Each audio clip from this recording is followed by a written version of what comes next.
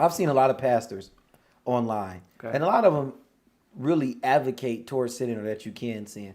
I even saw one pastor say that your works, since your works don't save you, sin doesn't unsave you.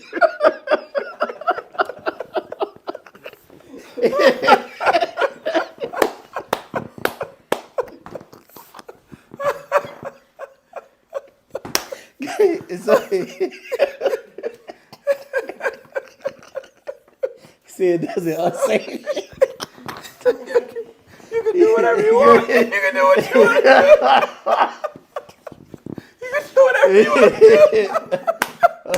Oh man.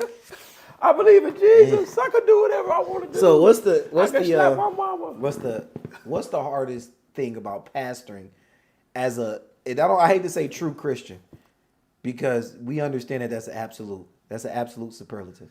What's the hardest thing about pastoring? So the hardest thing about pastoring, easily the hardest thing is that you're dealing with people. And when you're dealing with people, you're dealing with all kinds of emotions and feelings. And as a pastor, as a true pastor, you're actually very sensitive to those things. And some people will cry, and you at the moment you won't cry, but then you go home and you'll cry because you feel so bad for them.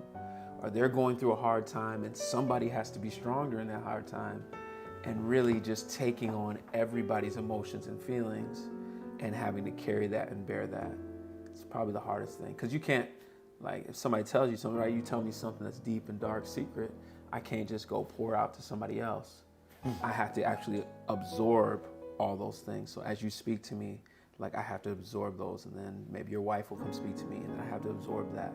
The most difficult thing is the people and the love and the being with them. You know how, like, when you get married, you see your wife hurting and you're like hurting.